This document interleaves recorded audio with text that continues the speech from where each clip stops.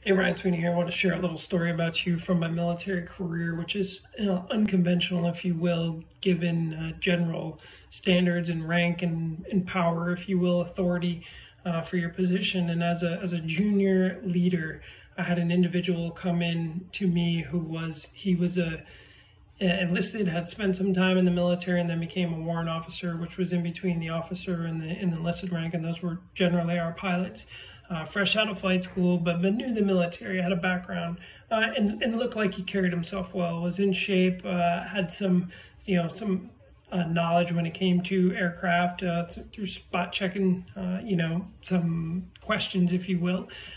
So when it came time to prioritize who was going to get trained first, he was somebody that was definitely up there. The issue is when it came time to take his physical fitness test, he bombed it. He passed the push-ups but failed the sit-ups and the run.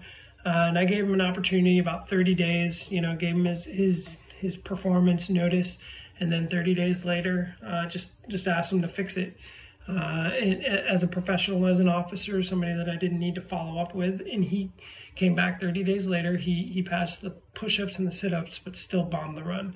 And really, strike three would have been, the final strike would have been if he failed it again, and third time.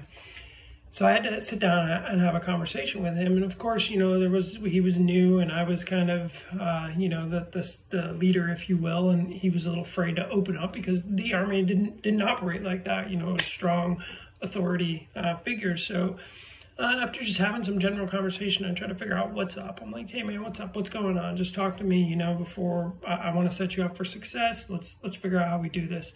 And he ended up confiding into me that he was going through a divorce and a custody battle, and basically wasn't sleeping very well. His mind was elsewhere. He was dealing with lawyers, so on and so forth. So I asked him how much time he needed, and just told him to go ahead and take that time. I wanted him to check in once a day, and then if he needed to go take care of business, I let him go take care of business.